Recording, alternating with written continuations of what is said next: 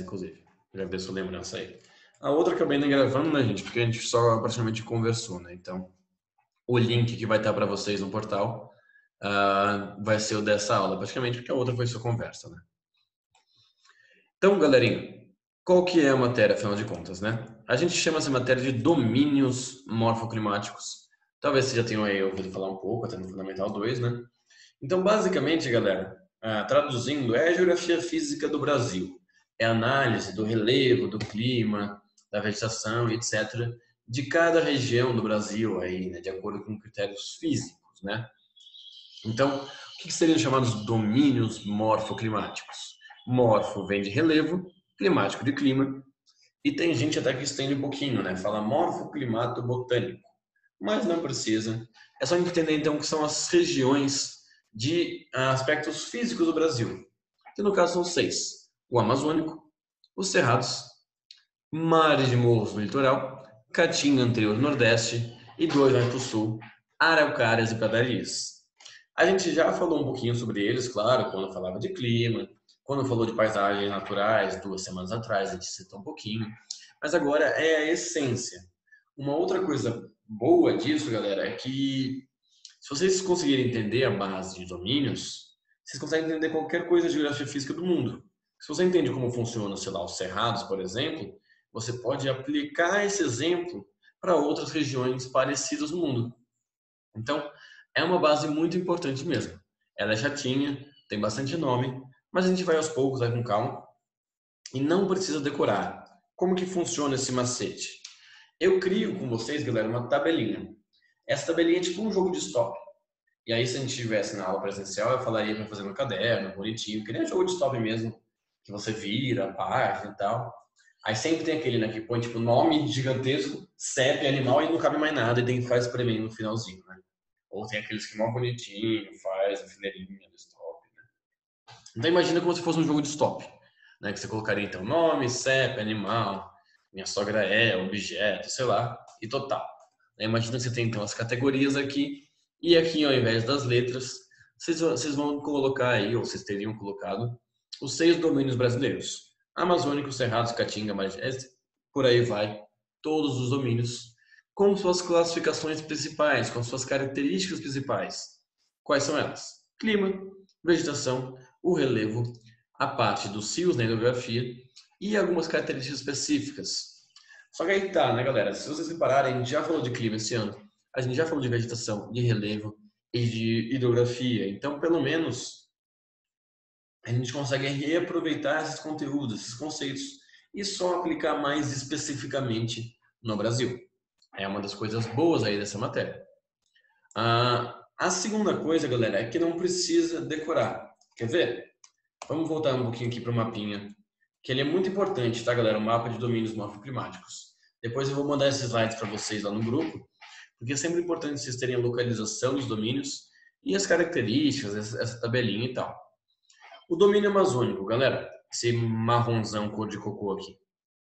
Em qual região principal do Brasil ele fica? Região Sul, região Nordeste? Que região que é essa aqui, mais de cima aqui? Norte. Norte, perfeito.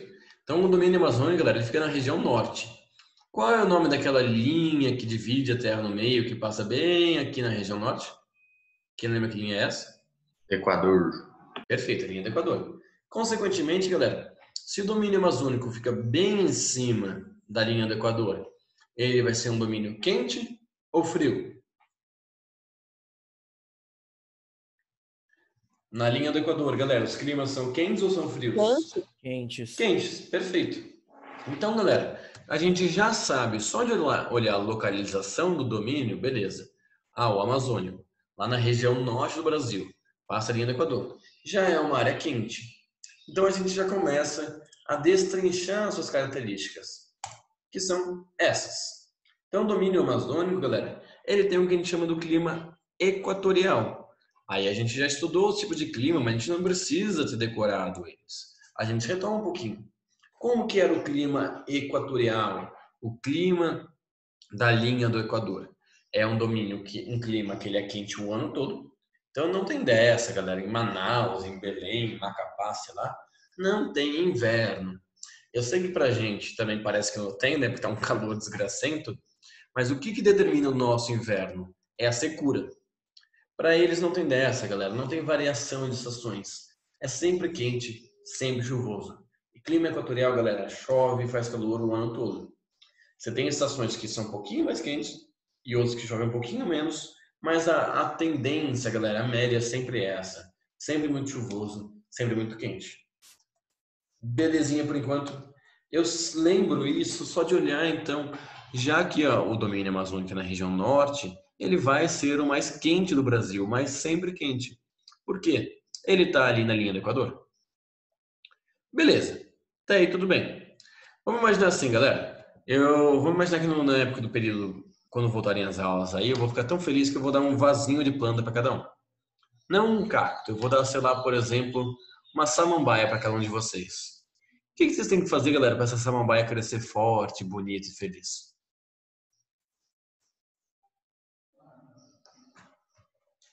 O que você faz para uma planta crescer bonitinha? Rega, sei lá. Você tem que Rega regar, ela, boa. E que mais? O levar que ela mais que uma no planta sol um precisa? pouquinho, sei lá. E Um deixar ela solo no bom. sol, né, galera? Um solo bom, com certeza, isso ajuda também. Mas principalmente você tem que dar sol, luz, né, calor para ela e água. Regar constantemente aí. Eu falei não um cacto, porque um cacto, se mal e mal vai precisar regar, né? Que é mais fácil de cuidar, inclusive, né? Tem gente que até cacto deixa morrer. Mas enfim, vamos imaginar que você tem uma plantinha aí. O que você precisa fazer com essa planta, galera? Você precisa regar e dar sol, dar luz, dar calor para ela, né? Galera, se eu tenho um clima que ele naturalmente tem muita luz, tem muito calor, tem muito sol e tem muita umidade, isso vai ser bom ou ruim para as plantas?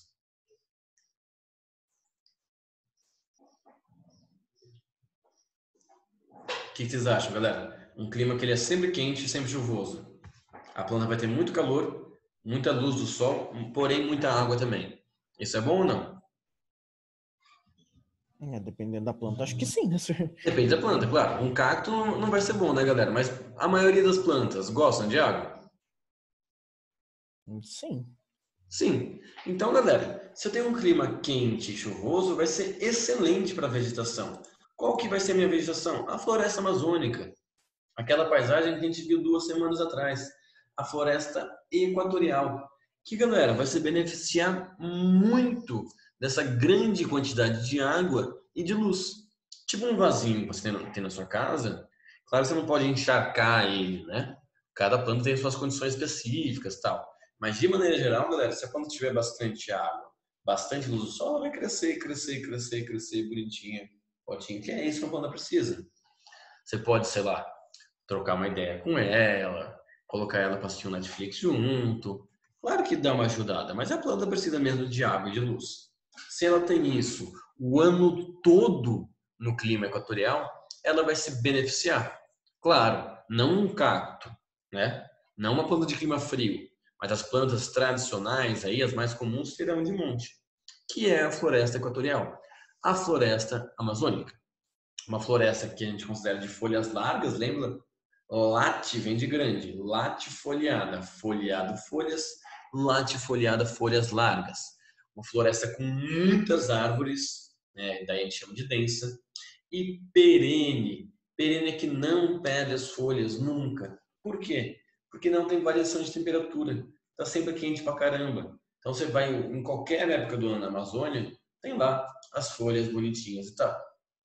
E com a enorme biodiversidade, ou seja, com a maior quantidade de plantas e animais do mundo, é a Amazônia. Tudo bem? Justamente, galera, graças ao clima. Aí que eu falei que você não precisa decorar. Você olha a localização do domínio amazônico. Beleza, linha do Equador. Clima equatorial. Calor e chuva. Isso beneficia as plantas. Isso beneficia os animais. Consequentemente, o domínio amazônico ele tem enorme biodiversidade, uma quantidade de plantas, animais gigantesca, absurda, abismal. Belezinha, galera? De boa. Com relação ao relevo, galera, o relevo do domínio amazônico não precisa se preocupar muito por enquanto. Ele tem algumas terras um pouquinho mais baixas, as chamadas planícies e depressões. Relaxa por enquanto em relação a isso. E em relação à hidrografia, vamos pensar, galera. Se eu tenho um clima que chove o ano todo, eu vou ter uns rios temporários, uns riachinhos pequenininhos ou vou ter bastante água?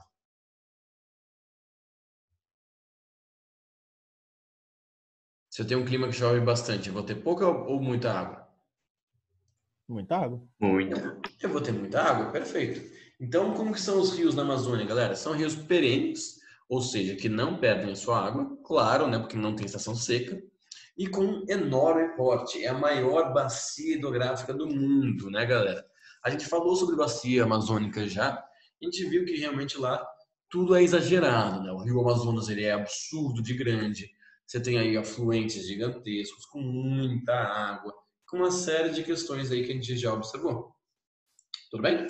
Então, galera, essas são as características gerais do domínio amazônico. Repara que nada disso é novo, a gente já viu esses conceitos nesse ano, né?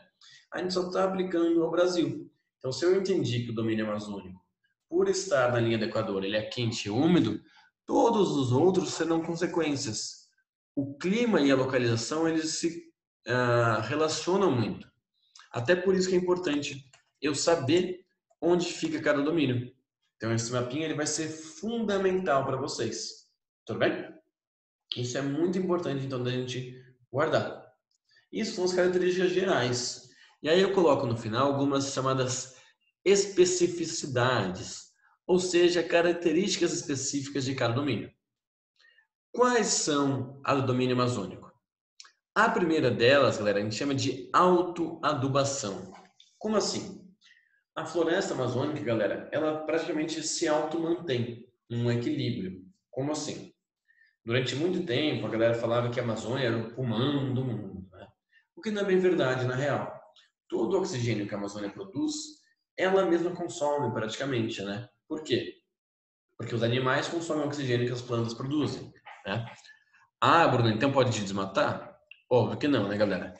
A questão é que ela tem outras importâncias que não só o oxigênio. Ela tem uma importância para regular a umidade no mundo inteiro. E, galera, o fato daqui estar mais seco nessa época do ano também tem a ver, sim, com cada vez o desmatamento maior da Amazônia. Quanto mais a gente desmata a Amazônia, mais o mundo inteiro, especialmente o Brasil e os países vizinhos, ficarão mais secos. Vocês podem ter certeza disso. Tudo bem? E aí o que acontece também, galera? Uma outra maneira da floresta se manter é que ela se auto-aduba. Vamos traduzir isso. Originalmente, galera, o solo da Amazônia ele não tem muita fertilidade, ele não é um solo rico em nutrientes, solo pobre. O que acontece? É a própria biodiversidade da floresta, o número de plantas e animais que vão morrendo, eles entram em decomposição, eles criam um solo muito fértil para a floresta começar a existir. Então a floresta mantém a adubação do solo. O que será que acontece então se eu desmatar essa floresta? Se eu tirar toda a floresta e colocar só soja, por exemplo? Em pouquíssimo tempo, galera, esse solo ele perde a sua fertilidade. Ele se torna um solo pobre. Que é uma coisa que eu já vou explicar um pouquinho melhor aí nas próximas imagens aí, assim como essas duas outras características específicas. Algumas imagens para a gente observar aí, né, galera? Então, o domínio amazônico, aquela floresta tradicional, clássica, né, a cara do que os gringos pensam que o Brasil inteiro é, né? Que a gente pensa que todo mundo mora no meio do mato, tem macaco no meio da cidade, todo mundo fica sambando no meio das árvores, né? Então, aquela floresta clichê até do Brasil, vamos dizer assim, né?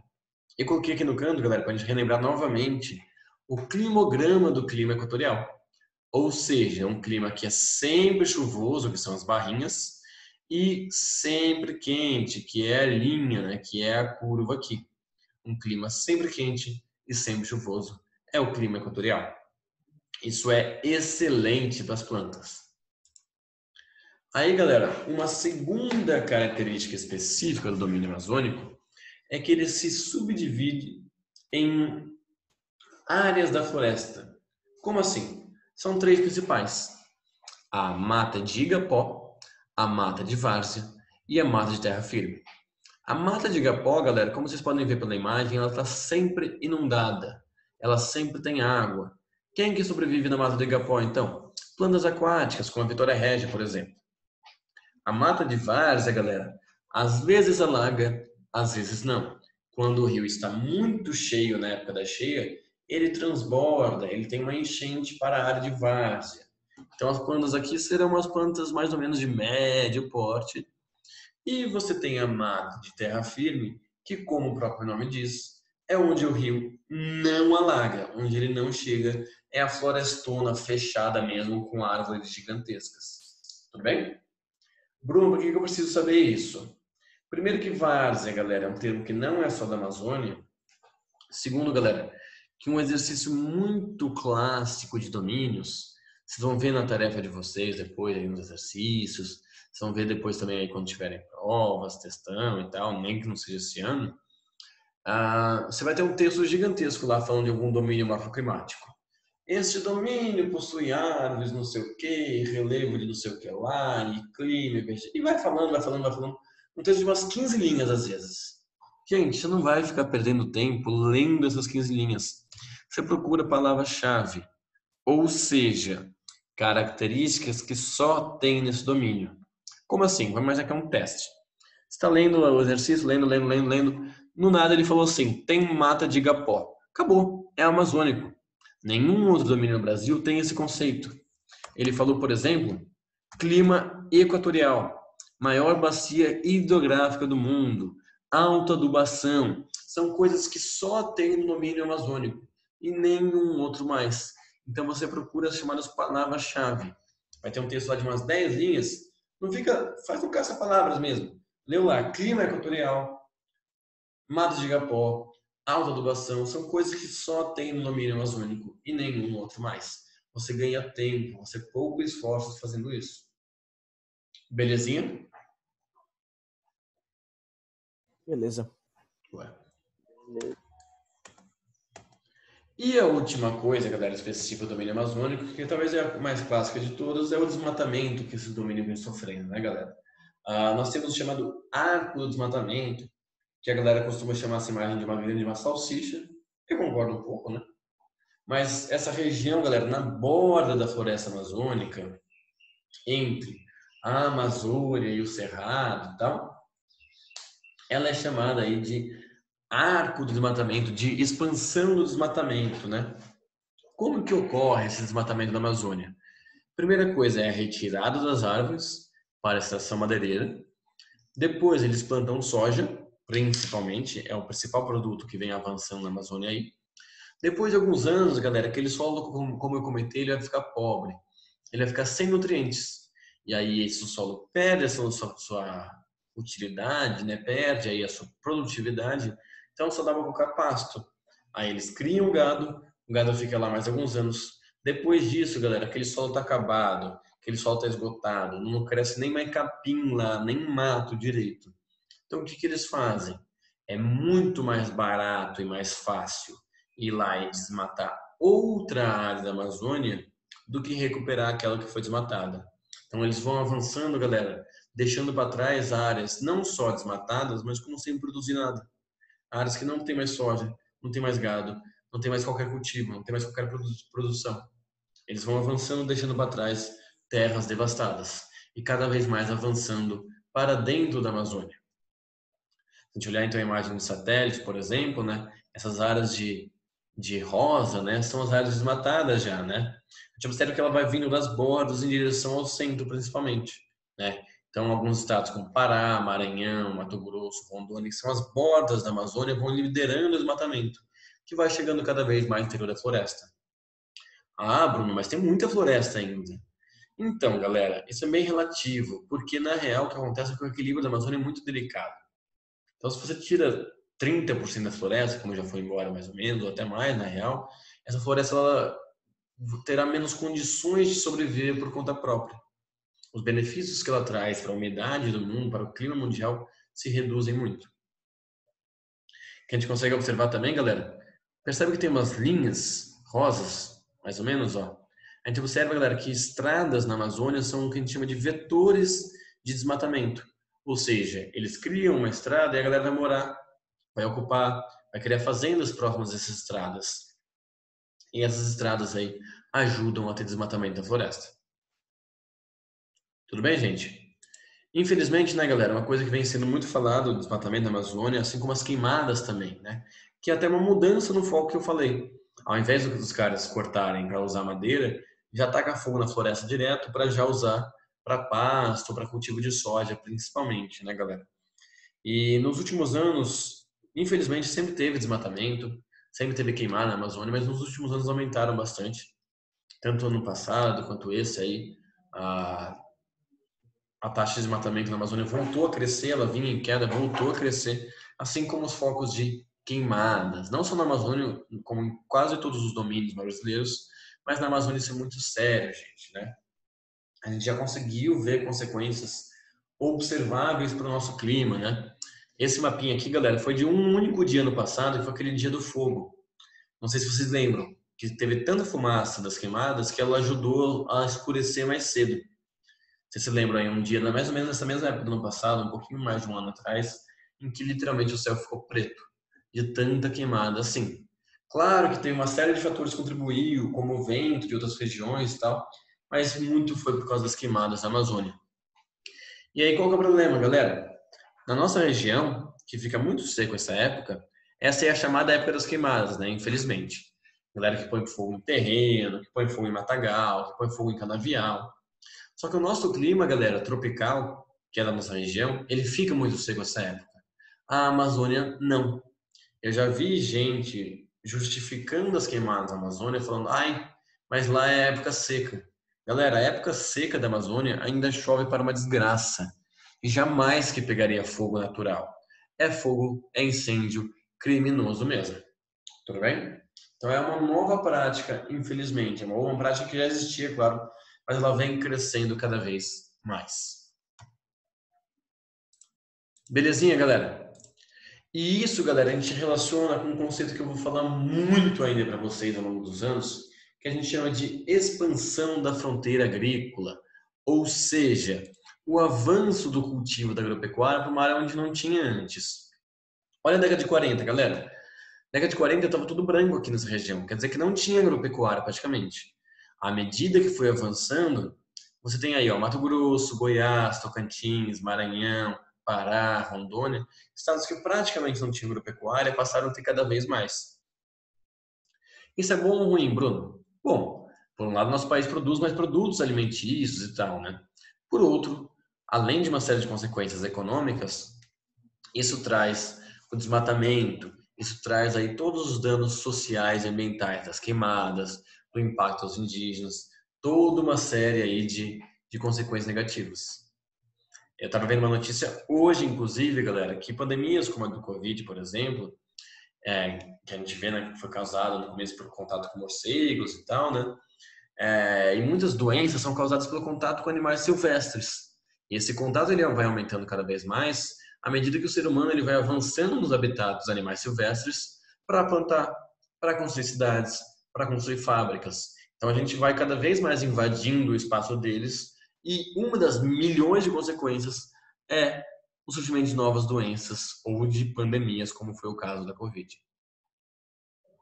Então é um custo bem elevado, né, galera? Infelizmente.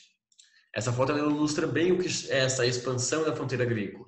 Então é o cultivo da soja, como nesse caso, é a pecuária, principalmente, né, ou a mineração, que vão avançando em áreas de floresta. E aí, né, galera, infelizmente não dá mais para a gente ficar naquele discurso de, Bruno, mas o progresso precisa disso, né? O Brasil não pode parar, a economia brasileira não pode parar. Tá Galera, ficando deserto, senhor. exatamente. O ser humano já tem tecnologia a ponto de saber que ele pode ter desenvolvimento econômico, ele pode ter produção de alimentos, sem precisar destruir a natureza inteira. Porque como o Lucas falou, beleza, você vai destruindo tudo isso, uma hora vai ser um desertão, não vai ter mais chuva no mundo inteiro. As consequências a longo prazo são muito piores. Quando a gente fala de preservar o meio ambiente, galera, não é só uma coisa de, o ambientalista lá vai abraçar uma árvore. Não é isso. É uma coisa de preocupação social em termos de pandemia, em termos de economia, em termos de o futuro que a gente quer dar para os nossos filhos, em termos de aquecimento global, em termos de uma série de coisas que vai muito além de, ai, quero preservar aquela mata, aquela árvore. É uma questão de não dar um tiro, não vou nem dizer no próprio pé, e sim um tiro na própria cabeça até. Quanto mais a gente desmata a Amazônia, mais a gente prejudica literalmente o mundo inteiro, em infinitos aspectos. Então isso não é progresso, isso é retrocesso, na verdade. Sir, tipo, o que a gente mais faz é acabar com o nosso planeta, né? Que, tipo, se a gente fala uma coisa, sabe, que a gente, tipo, que a gente faz, outro não faz, sabe? Daí fica nesse impasse, assim, e tal. Exatamente, né? Infelizmente. E, tipo, muita gente ainda tem essa percepção, né? De não, o progresso não pode parar, temos que destruir o meio ambiente, fazer o quê, né? Quando a gente tem alternativas, a gente tem opções viáveis, a questão é conseguir implantar elas de fato. Mas, galera, por enquanto, domínio amazônico, tranquilo? De boa, Sir, por Tranquilo. enquanto. Repare, galera, que é basicamente essa a ideia. Observou a localização do domínio, você vai conseguir lembrar mais ou menos do clima dele. A partir do clima dele, você já lembra uma série de características aí. Por exemplo, galera, o domínio dos Cerrados, ó, ele é bem do interiorzão, é o domínio sertanejo do Brasil, vamos dizer assim, né? Centro-Oeste, Goiás, aqui, ó. Na real, esse mapinha ele até colocou menos, ele vem mais de Minas, vem até um pouquinho de São Paulo, né? Um pouco do Nordeste e tal, né? Esse é o domínio, galera, do interiorzão do Brasil, bem do meião do território. Galera, quem lembra para mim qual que é o clima de boa parte do meião do Brasil? O clima mais comum do Brasil, que é o nosso de Rio Claro, inclusive. Qual é o nome do clima? Quem lembra? Mora num país? Tropical típico? Tropical, perfeito. Obrigado, Stephanie. Justamente, galera, é o tropical típico, o tropical padrão. É o nosso clima, né, galera? É o clima do meião do Brasil. O Brasil tem outros climas, como a gente já viu, mas o principal, do interiorzão aqui, do grosso modo do Brasil, é o clima tropicalzão, que inclui o interior do estado de São Paulo inteiro, praticamente Minas, boa parte do Paraná, centro-oeste praticamente inteiro, um pouco do nordeste, um pouco do norte. É o clima tropical, galera. Se a gente reparar, né, galera, a gente foi mais ao sul. A gente estava na linha do Equador, a gente foi um pouquinho mais ao sul. A gente chega no clima tropical ou tropical típico. Como que a gente caracteriza ele? O que a gente está vivendo, né, galera? Um verão quente para uma desgraça e muito chuvoso. E o nosso inverno? Nosso inverno que a gente chama de ameno e seco. Vamos por partes. Ameno, galera, lembra que ameno é o quê? Friozinho, né? Ultimamente não nem dando para falar friozinho, né? Porque tá 35 graus, sei lá, 32, 33 graus no inverno, né? Não dá nem para falar friozinho. Mas se vocês pararem para pensar, né? Ah, quando faz frio, quando vem a frente fria, faz aí os seus 6, 7 graus, 5 graus, tá? A gente já morre de frio, né? Isso, galera, em padrões mundiais, não é nada. Por isso que a gente chama de ameno. Porém, por outro lado, ele já é aí mais friozinho que o equatorial, por exemplo. Mas a grande característica, galera, a grande condição do clima tropical é que no inverno não chove. Como a gente está sentindo muito bem esses dias, infelizmente, né? Fica esse tempo seco, essa poeira, essa umidade relativa do ar bem baixa, a galera sente dor de cabeça, nariz sangue e tudo mais, porque no inverno é muito, muito, muito seco mesmo. E para a gente acabar a aula, galera, se eu dou para vocês lá o pezinho de samambaia, por exemplo, e você só dá luz do sol para ela, mas você não dá quase nada de água para ela, essa planta, essa samambaia, ela vai crescer tão bonitinha quanto se você desse água regular para ela? Vai secar. Ela vai secar, né, galera? Ela vai se ferrar. Consequentemente, gente, para a gente acabar a aula, a vegetação do cerrado, ela é tão bonita, bonita não, desculpa, mas ela é tão grande, tão diversa, tão rica quanto a da Amazônia? A vegetação de um clima, galera, que chove às vezes não, às vezes fica muito seco. Ela vai ser uma vegetação tão desenvolvida quanto de um clima que sempre chove? Não. Não, porque a planta gosta de água, né, galera? Então a vegetação do Cerrado ela é uma vegetação mais pobrezinha, mas não, menos desenvolvida do que a Amazônia. A gente chama ela de arbóreo, arbustiva, ou seja, árvores e arbustos. Semana que vem eu explico um pouquinho melhor para vocês sobre isso, tá? Mas a ideia é, galera, observei o mapa, sei onde está a Amazônia, sei onde está o Cerrado. Pegou o clima, você vai pegando aí características de cada domínio. Galera, clima tropical, por exemplo, que é o nosso, é um que a gente tem que lembrar. Porque a gente vive todos os dias, né? É o inverno seco que a gente está vivendo, a gente vai chegar depois na estação chuvosa, e isso tem consequências na vegetação, no relevo, nos rios e por aí vai. Tudo bem, gente?